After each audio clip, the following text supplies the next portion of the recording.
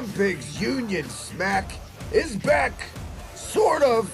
Again, unfortunately, another solo episode, but this time it's not the Maniac. You're stuck with me, Travis, from Abiki TMD, with another retro review right here on the channel. But until then, apologies. I did it, man. I got to come clean the last 3 months. All credit due to Matt for keeping the show alive on life support, doing like omnibus reviews of 4 episodes, an hour and a half, which is insane to even fathom. But my man, Matt's been doing it all himself while I've been unfortunately having tech issues, waiting on my new laptop. New laptop gets here. We recorded this last week. Files seem good. Everything was rolling, and in the editing process, they corrupted. Tried all kinds of programs to try to recover them, and just unfortunately not salvageable. So the least I can do for Matt, busting his ass, keeping the show on ice, like I said, is do this one solo for him and for you, because I know it's been a minute since I've knocked out a podcast or a retro review, so that's why I'm here. Until then, make sure you follow Matt, my co-host, on Twitter at ThePerfect10ant, and check out by all means and get on it. You should have by now if you haven't already. Buy his book, The Undertaker: A Trip Down Death Valley, at our online store, unionsmack.bigcartel.com. Other than that, follow me as always on Twitter at TheHibikiTMD. Hit that subscribe right down below for all the best retro gaming and pro wrestling goodness. But let's roll up the sleeves and get down to the brass tacks. Why we're here, the very first NXT Takeover. Now, obviously, decision to cover this retro pay-per-view because we're hot off the heels of NXT Takeover 25. NXT celebrating its 25th pay-per-view about 2 weeks ago as of this recording. Man, there's been a lot of wrestling shows lately with Double or Nothing from AEW, Dominion, Money in the Bank, Super Salty, bleh. But this is honestly, in my opinion, come at me, NXT 25 was better than any of those shows. And those were some very good shows I just mentioned, but 25 took the cake across the boards. It was the most well-rounded show out of all of them, and obviously the main event was phenomenal. The opener with Matt Riddle, Roderick Strong was must-see, top-notch, my God. But yeah, and why we're here today to cover the very first NXT Takeover. Cannot believe it's been 5 years. Man, that's flown by, and that's just a sign of a good wrestling show. Consistently good wrestling show, year in, year out. NXT takes the cake. Better than Ring of Honor, better than New Japan, better than any of them. It's been the most consistently booked and just best flat-out wrestling show over the past 5 years. And this, the very first one, a lot of people think the first one was the one with Bo Dallas and Neville in a ladder match, which was the first NXT pay-per-view in February 2014, the launch of the network, all that stuff. It's the very first special launched on the network, but no, it wasn't called Takeover, so we're not going to count it. This one from June 2014, the very first NXT Takeover, your main event saw Adrian Neville, the NXT champion at the time, we'll get to that later, against Tyson Kidd. My oh my, how things have changed. Let's get into it. Your announce team at the time was actually William Regal, who, why they ever took him off announcing is beyond me, but Nigel McGuinness is a perfect replacement. He's been knocking it out of the park, one of the best commentators in the entire company. When Matt and I recorded the first run of this episode, we both agreed on that, and Matt sung the praises up and down, as he does each week when reviewing NXT UK, and it's well-deserved. Nigel McGuinness is tremendous, but unfortunately no Nigel on the show. Byron Saxton, William Regal, and Announcer A, because at the time, honestly, this was a revolving door. It was developmental, and they were trying out a lot of guys, and a lot of guys came and went, and this is just another case of one of those lead announcers that unfortunately didn't last long. He wasn't awful by any means, but that's your announce crew for this show. Kicking off with Adam Rose. First of all, this has to be a umbrella statement for this entire show, and I apologize if this review isn't as long as Matt's straight out marathon reviews. I don't have it in me to do solo like he does, but the underlying statement for this show is depression. God, this is a depressing show to go back and watch. Just what could have been. The squandered potential is a key term, I feel like, when describing this show. Adam Rose versus Camacho is your opener, and this was Adam Rose was so hot in NXT with this gimmick. He had tons of momentum, tons of buzz. People loved it. He went to the main roster. It shit the bed. I believe in my heart of hearts that this had legs if booked more properly and taken more serious when it made its way to the main roster. It's like a zany fucking Jack Sparrow sort of thing. And it had IC title potential at the very least. C'est la vie, Adam Rose, we all know, unfortunately, drugs and substances and the release and all that, and just downward spiral for him. Camacho, whole other end of the spectrum. From this, totally revitalized his career and turned it around now in 2019 as one half of the Gorillas of Destiny with Tama Tonga over in Japan, one of Haku's sons. At this time, brought in on the main roster as the partner of Funico, the former or would be Sin Cara, and just a nothing tag team. A tag team that made the Mexicals look like the Hart Foundation. They were stereotypical, generic, and just flat out jobbers. And this was, NXT was a case back then of a last ditch effort for a lot of guys who weren't cut on the main roster. They'd send them down to developmental for one last chance, and more times than not, they wouldn't make the cut and they'd get released. This was a case of that. Prime example. Camacho would, and by the way, this was just Adam Rose getting his shit in. It was the Choo Choo Express move, which I hated. It was terrible, and just his finisher, the party foul or whatever it was called. It was a pretty standard TV match. Nothing special about this that belonged on a pay-per-view, in my opinion. In my opinion, this was just to get a new character, Adam Rose, over, who would weirdly make his main roster debut like the week after this or 2 or 3 weeks after this. Not very long. But Camacho, like I said, now one half of, obviously Bullet Club and the prestige of being Haku's son, now is just tearing it up in New Japan with the Gorillas of Destiny tag team. So I'm glad he pulled it through. It's interesting to see Braun Strowman, Mandy Leone from Ring of Honor, and Simon Gotch as members of the Party Express, the people that carry Adam Rose out. So that's always fun to go back and watch who you can spot in there. But other than that, nothing match, and never go out of your way to watch this match. With that, the NXT tag team titles are on the line. And what a ways we have come from where we're at now with these belts to then the Ascension versus Kalisto and El Local. And I know you're probably thinking, who the hell's El Local? Ricardo Rodriguez at the time was El Local. And just look at him. He's just this, and I get it. It was the joke. And it's supposed to be ironic that he was portly and rotund, but could still pull off lucha moves, which he could. He was fun. But it's so hard to take that serious. And I knew they weren't going to win this match, even watching at the time. The Ascension. Here's where the depression comes in, folks. They were on their way to being one of the most dominant tag teams in the modern era. Straight up, they were booked like top guys in their entire NXT run until they even had a final send-off match with Finn Balor. For Christ's sakes, that's how high up on the card they were in NXT. They just steamrolled everyone. The crowd was into them with the yeah chants and all that stuff. And they tried to, if you're gonna go full Road Warriors with the guy, when they made the first transition to the main roster and they put him in the face paint and the shitty soft looking shoulder pads, it just didn't work. It looked like a $5 Party City get up or something your mom made you when you told him you wanted to be the LOD for Halloween as a kid, but you couldn't afford the actual shoulder pads off, blah blah blah. If you're going to do that, go all out and fucking do it. Don't just put your toes in the water, jump in. And I feel like if they would have gone more, don't just rip off the LOD, but if you're going to turn up the volume on the characters and add face paint and all that stuff, then fucking do it. But what we got was PG era horse shit. And to the shock of no one, they have floundered for the last 5 years on the main roster. This encounter had a little bit more of a big match feeling than the shitty standard TV match opener we had here, but not by much. It was a tag match. I mean, both teams got their stuff in their respective. There was a bad botch on here by Rodriguez or El Local. I'm sorry, where he went for like a springboard something. It's probably gonna be a crossbody, but he slipped, and it totally threw off all the 3 other guys in the match. It was kind of just a moment in time. I feel like it took forever. They all just kind of paused, like, what the fuck do we do? And they got through it, but I feel like it took a lot of momentum out of the match. Took the crowd out of it for a little bit. I don't know if the crowd ever fully got back into this match by the end of it. But the Ascension looked great. They looked super dominant like they always did at this time. And man, it's just, oh God, what could have been? Obviously the Ascension getting your win. And we'll go on. Kalisto would form the actual Lucha Dragons, not this Kmart version with Sin Cara. Yeah, but man, this was just really hard to go back and watch to see where these guys are at now, and just shame on you, WWE. Once again, it's just unbelievable. When you get to like 10 guys, that's bad. When it starts getting in the 20s of guys you can count that you squandered when they made the transition from NXT to the main roster, that's just red flag city, and boy oh boy. And it doesn't seem like any signs of stopping.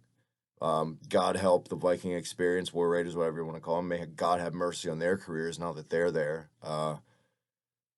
And that was that. Ascension get your win. LO did not live to fight another day. He'd be released a little bit after this. And I don't know what Ricardo Rodriguez is doing now, actually. Saw him in a couple shoot interviews. But that was that. And it's finally time. The rest of this show, by the way, is so much better than the first two matches how it started. The rest of this show is really good. And thankfully, that's where we're at now. And our next match, that took us to number one contenders match for the NXT title. Sami Zayn going up against Tyler Breeze. Both men at the time, two of the best guys in the entire company. Both had a tremendous amount of momentum once again. Both had their share of fans. My God, the matches Sami Zayn was having with Cesaro at the time were just some of the best matches in the entire company, some of the best matches in the entire world. Those two were just tearing it up. And that's what really broke Sami Zayn through, I feel like. Breakthrough performances with Cesaro in early 2014, late 2013, early 2014. Tyler Breeze, this is a guy at the time, but now in 2019, I know we just saw him come back, had a great match with Velveteen Dream at Takeover 25. It was great to see him actually utilized. This Tyler Breeze at the time was one of my favorite acts. He had everything. And ironically, here's a case of the guy who's in developmental for years and years and years and wasn't cutting it. And he was, one last chance. He came up with the Tyler Breeze gimmick. It's all him, 100%. This was his creation. He put his heart and soul into this character to, keep his job, so to speak. And it did. Here we are 5 years later, and he's kept that same, kind of the same gimmick. Not nearly as taken credibly, but yeah. Credit to him because he just knocked it out of the park from the music video, which is hilarious. That Zoolander look, which obviously that's where he got the gimmick from. But hey, it worked for him and just good in-ring hand to. And that definitely showed in this match. My God, back and forth action. We saw pretty much nearly everything these guys have in their arsenal. I've always loved Tyler Breeze's fuzzy boots and his wrestling attire. It was unique. It was just John Morrison turned up to 11 with the fuzzy boots. And it sucks he doesn't wear them now because I feel like it added another layer to that Tyler Breeze character. Sami Zayn, just that good fighting underdog. I think it was always for the best that he dropped the El Generico gimmick when he got signed in the first place. And a lot of people are still salty about that to this day. I see no problem with him just being Sami Zayn, and I think he's killing it now with heel promos. He still could be, used more, but that's for 90% of the guys you could say on the main roster. Both they were tremendous move. Blue Thunder Bomb sticks out. This one, when done on Tyler Breeze, looked really well because Tyler Breeze is lighter, and just the whip and the rotation was tremendous.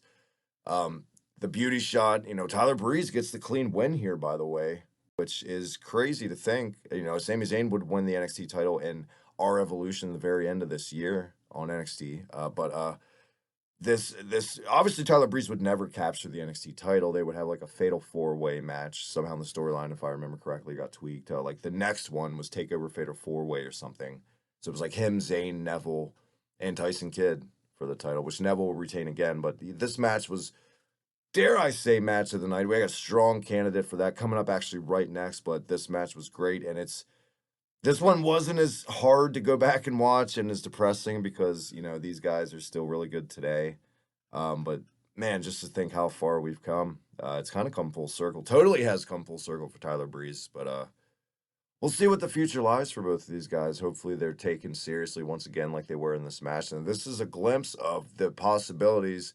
There's no reason Tyler Breeze for the last 5 years shouldn't have been just trading back the IC title back and forth with guys, just being that cocky 92 Shawn Michaels model Rick Martel arrogant heel. But c'est la vie once again, and that was that. Now it's time for possibly the match of the entire night. NXT Women's Title match. This match is, looking back now on the resume she's built for herself, most definitely the most historical part of this show. Charlotte Flair with Rick in her corner, going up against Natalya with Brett, Uncle Brett, in her corner. Both would be at ringside, which we'll get to that in a second. The reason these women are fighting for the vacated NXT Women's titles because, as you remember correctly, Paige, who was the NXT Women's Champion, who defeated AJ Lee the night after WrestleMania 30, making her main roster debut, was a co-holder of both titles, and she just vacated it, blah, blah, blah. Paige, unfortunately, came out for, I don't really want to say full commentary, but just at ringside, and what a bust. I'm sorry. I've always thought the woman was overrated, and just seeing the caliber of women we have now, she can't hold a candle to most of the women. I feel like Shayna Baszler would just steamroll her. Io Shirai, Tony Storm. Paige isn't on that level in my eyes. But at the time, this was that weird transition of, bringing in women that, God forbid, could actually work. And she was one of the first. Her and Emma, I feel like, were the first two. The catalysts, you could say, for that. I'm not saying the revolution thingy that they like to say, but you know what I mean. Man, Charlotte Flair, let's go to the other side of the coin. Appearance-wise, work-wise, she has changed and changed and changed in the last 5 years. Not the surgical enhancements we're not going to talk about, but in ring, you can see what a prodigy she really is. How much she's and the way she works today, she's gained 20 years of experience in the last 5 years. That's how good she's progressed, and she's just, in my opinion, right now still the best woman in the entire world, the top lady, so to speak. It's just the total package across the board. She's got everything once again. Natalia, I mean, this was good. It's good to get a quote veteran back, even though she was a veteran back then. She'd already been in the company for at least 6 years. It was good to have her in the role. There's other women I probably would have put, but it was perfect to get Charlotte over. Get her over on an established main roster talent, and that's exactly what happened here. Charlotte getting her very first ever title win was this match. Obviously, Charlotte would win clean. My problem and Matt's problem with this match when we talked about it, yes, Brett and Rick were in the corners. The cameraman should be shit canned because he just panned on Brett and Rick back and forth way more than he should have. There was way more focus on those two old codgers at ringside than the action in the ring, flat out. I feel like there were some spots that we could have seen and just more physical storytelling the women were doing that we didn't catch because we're too busy looking at old Rick crying as always, and just Brett with his mopey face, and just I hated that part of it, and so did Matt, and that's my only complaint about this match. Other than that, tremendous back and forth match. Charlotte, beautiful, just beautiful moonsault as always. One of the best men or women moonsaults you'll ever see. The bow down to the Queen, the finish. I know that's had a couple name changes or whatever. It's what I still feel like the figure eight should always just be hers, and which it is now, just her standard. It's perfect, but yes, that was the match. Tremendous. Like I said, this and the Zayn Tyler Breeze match of the night candidates. Pick your poison, so to speak. Either or could honestly take the win for that. This was a solid match. And it's only gotten better over the last 5 years. Not storyline wise, not character progression booking wise, but in ring, the ladies have just been tearing it up in 2019, and I see no signs of them stopping. And this is one of the matches that helped pave the way, I feel like, in that company at least, for women's wrestling. Main event time NXT title match. NXT champion Adrian Neville, Pac, whatever you want to call him, going up against challenger Tyson Kidd, who was going through a complete career rejuvenation at the time, wearing the long black tights, which is something I don't remember him wrestling in after this. I really liked this side of Tyson Kidd. I really liked this match. I never, though, liked Adrian Neville as NXT title run. Yes, I thought he was a great talent and all that stuff. He started out in a feud with Brodus Clay, for God's sakes, after Brodus Clay legit knocked his teeth out, and they did the mouthpiece angle. But that's not a good sign of things to come, in my opinion. It's not like everything after that was crap. There was a lot of good in 2014 for Neville. But after the NXT champions we'd see after this, the Kevin Owens, the Balors, the Bobby Roodes, all those guys, definitely the weakest NXT, besides Bo Dallas, for Christ's sakes, definitely the weakest NXT title run, in my opinion, was Adrian Neville. This match, though, tremendous. Another, like I said earlier, after the first two matches, the rest of the show is solid, and this was, I just feel like the only thing this match didn't have going for it, like a lot of NXT title matches on these shows at the time, of what they had to follow. How many times have we had to see NXT title matches follow matches with the Revival and shit like that, and the women's matches at like NXT Takeover Brooklyn with Bayley and Sasha? Just my God. And it's credit to both men to pick the crowd back every time. Any time a main event can pick the crowd up over seeing tremendous shit, it's tip of the hat. And they did here. And the crowd was invested. I remember being invested. I really wanted Tyson Kidd to win this. I thought he was, at this time, sadly now he doesn't compete anymore due to that botched Muscle Buster by Samoa Joe. But man, I was really excited for Tyson Kidd at the time. I love the gimmick. I love the weird cat lover gimmick he did with Natty. And there was a double cross body attempt, and both men went for a cross body on here that looked brutal. The way they both sell it, the delivery, it was nasty. Just top rope Hurricane Rana was tremendous. I remember by Neville. Man, this match was great once again. Adrian Neville gets the win though after the red arrow. Both men definitely delivering. Neither should have walked away with their heads held low after this performance. And, you know, we would see more to come from these two in the Fatal 4-Ways and stuff, like I said. Another tremendous match, and that's NXT TakeOver 1. That's how they capped it off. And it was, overall, I'll give the show, I said A- with Matt, but now thinking about it, I'm going to go B+. The first two matches, the first match alone is enough to probably make a lot of people turn it off. And that's never a good thing. You always want to open. They would learn that. Thankfully, over the years to come with these takeover shows, they always started off. We just saw it 2 weeks ago with Matt Riddle and Roderick Strong, which could have been a main event anywhere. Kicking these takeover shows off with goddamn hard-hitting, great in-ring action. And that wasn't the case here. And it didn't follow any stronger in the second match with the El Local and the Ascension. They kind of picked it up a little bit, but not enough. A lot of fans aren't going to wait around 3 matches for some kick-ass wrestling. That's the casual fan for you. So not how I would have booked it. That's what's keeping it from being an A in any capacity for me. But I would still go out of your way. You could do way worse than not watching where it all started, the very first NXT TakeOver. And this is where it all started. Me, once again, going solo this week. All apologies once again to everyone's looking forward to me and Matt. But I assure you, all the kinks are worked out. All the shit's done, taken care of. We will be back next time when we go back. I haven't talked about it in months, and I've been watching. I'm not out of the loop. Trust me, I know exactly what's going on. Imperium and all this shit. And NXT UK, when the boys are back, Union smacks together once again next go around. But thank you for bearing with my ass right here, not entertaining you as much as Matt has done solo, but I tried my best. Once again on Twitter at the HitVickyTMD. Hit that subscribe button right down below for all the best retro gaming and pro wrestling goodness. Hit up my co-host on Twitter too at the Perfect10 and check out and buy his Undertaker book, A Trip Down Death Valley, all the official Union Smack and Becky TMD reset button merch you can handle at our official store, unionsmack.bigcartel.com. I think that's it. Until next time, this is me, Travis, saying we'll see you then. Cheerio, mates.